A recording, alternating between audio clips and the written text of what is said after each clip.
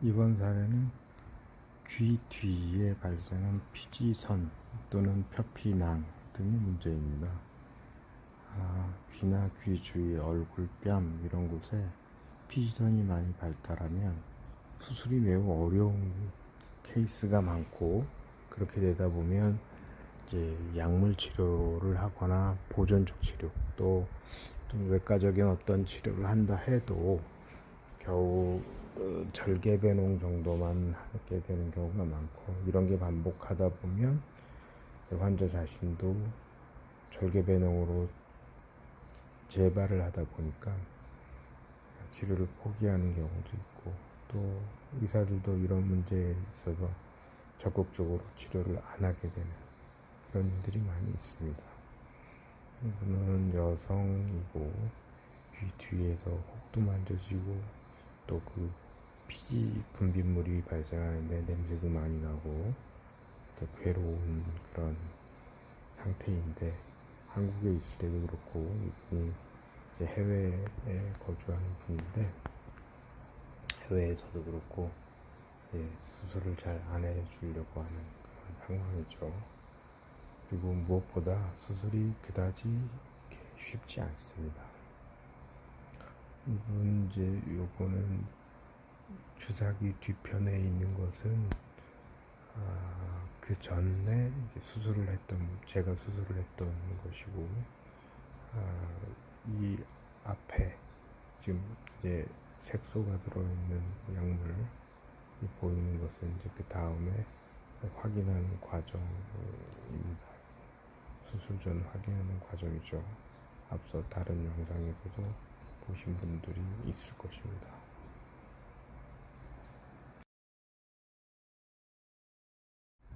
수술은 여러 차례에 걸쳐서 각 부위별로 한 부위당 한 번씩이지만, 각각의 부위들이 복잡하게 얽혀 있기 때문에 가능하면 한 번에 하나를 제거하는 방식으로 이루어졌습니다. 그러니까 지금 검은색으로 표시되어 있는 것들을 보면 대략 3군데 또는 4군데가 수술이 이루어졌다는 것을 알 수 있습니다. 이 사진은 이제 첫 번째 수술하기 전의 모습이죠. 가장 컸던 것이고요.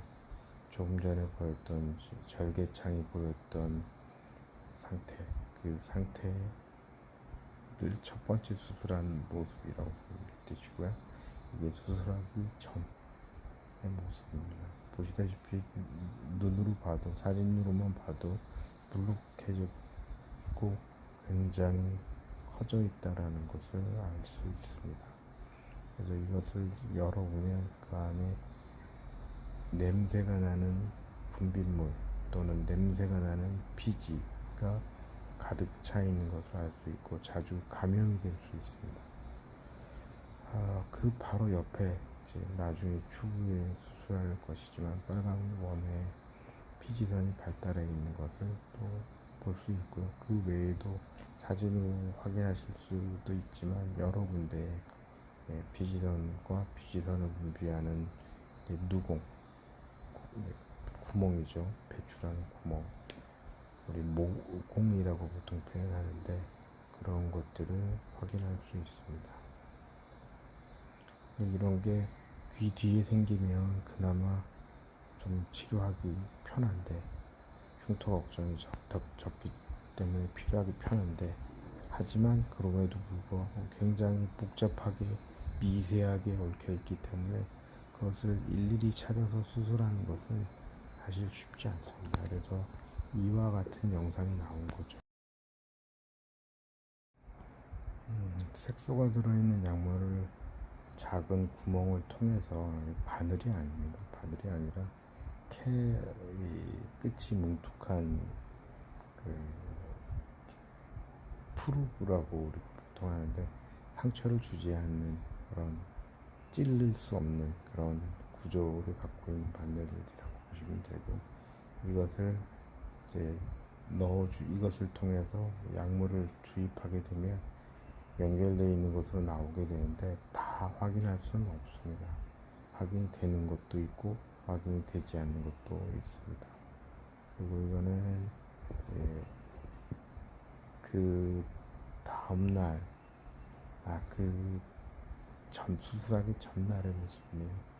수술하기 전날 한 번 더 확인하기 위해서 이제 약물을 좀 확인하는 그런 모습입니다.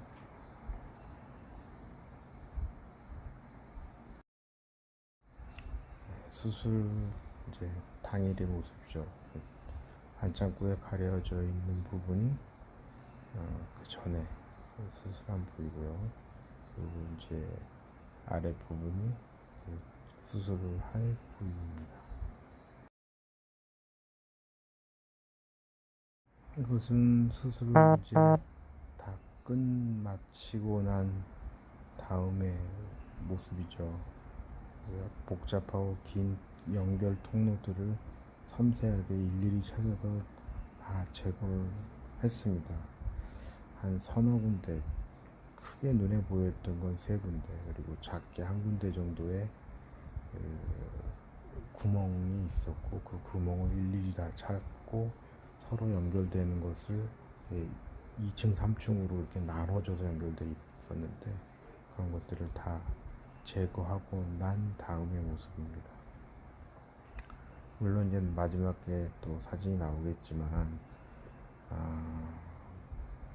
대부분 감염 없이 온도 좋게 이렇게 치료가 됐고, 그로 인해서 환자의 만족도도 굉장히 높아져서 이쪽만 있는 게 아니라 반대편 귀도 있습니다. 반대편 귀도 있고 귀의 앞쪽에도 이제 문제가 있었던 거죠.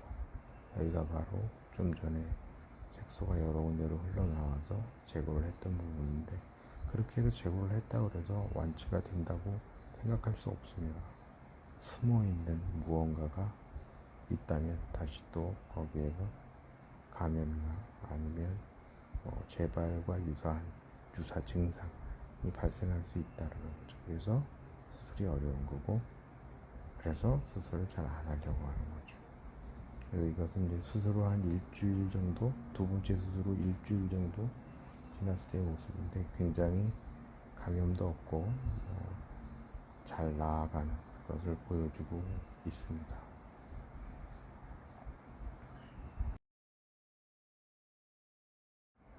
이것은 여성 환자의 것이 아니라 한 1년 반 정도 치료받았다는 환자. 잠을 잘 수도 없이 귀를 좌우로 돌릴 수도 없이 힘들었던 그런 환자고, 여러 차례에 걸쳐서 하나씩 제거를 한 결과 지금 귀를 당겨도 별 문제가 없을 정도인 것은 물론이고, 피지선이 그렇게 많이 발달해 있지 않고 감염도 거의 없는 상태. 그래서 굉장히 만족을 하는 그런 상태인데 쉽진 않죠. 같은 남자 환자의 앞에 거는 오른쪽 귀, 이것은 왼쪽 귀의 모습인데 완벽할 수는 없습니다. 완벽할 수는 없지만 굉장히 많이 좋아져 있는 모습을 볼 수 있습니다. 그러니 이 환자가 수술을 선택하고 치료를 받으러 오는 거겠죠. 1년 반이라는 굉장히 장기간인데 꾹 참고 서로 인내하면서 치료를 할 수 있었던 그런 사례입니다. 자, 이것은 귀 앞쪽에 있는 건데, 이제 이렇게 하는 것이 과거의 전통적인 수술 방식입니다. 제가 자꾸 말씀드리는 거는 이렇게 길게 하지 않아도 치료를 할 수 있다라는 것을 말씀드리고 싶어요. 이 환자 말고 다른 환자의 귀 앞쪽은 이렇게 앞면이기 때문에 흉터를 만들게 되면 치료를 위해 한다 하더라도 조금 불편함이 있습니다. 이분이 이제 같은 유사한 환자인데 귓볼에도 있고 뺨에도 있는데 지금 봉합사가 이렇게 보이죠? 이렇게 다 절개하지 않고 시도를 하는 것이 서로를 위해서, 환자를 위해서, 또 의사를 위해서 더 좋다고 판단하고 있습니다. 또 이렇게 해서 치료하신 분들이 그럼 전부 다 재발하느냐? 어떻게 해도 재발의 확률은 굉장히 떨어집니다. 그래서 가능하면 수술하는 방식을 좀 더 비침습적인 방법으로 바꿔야 된다. 아주 불가피한 상황에서만 침습적인 방법을 선택하는 것이 맞다라는 것입니다. 다시 정리하면 이렇게 여러 군데에 피지선이 발달하고 냄새가 나는 분비물을 분비하는 환자들이 적절한 치료, 여기서는 이제 내과적인 치료보다는 약물 치료보다는 외과적인 치료인데 그걸 받지 못해서 고생하는 분들이 너무너무 많고, 지금 일부는 감염이 안 되어 있지만 감염이 돼서도 고생하는 분들이 많습니다. 그래서 이런 질환도 가능하면 염증이 없을 때 조기에 치료를 또는 외과적인 치료죠. 이걸 시도한다면 생활의 불편함이 훨씬 줄어들 수 있다라는 것을 알려드립니다. 그래서 이런 질환이 있을 때 내과적인 약물 치료에 의존하는 것보다는 적극적인 외과적인 치료를 열심히 했으면 좋겠다 하는 말씀을 드립니다. 감사합니다.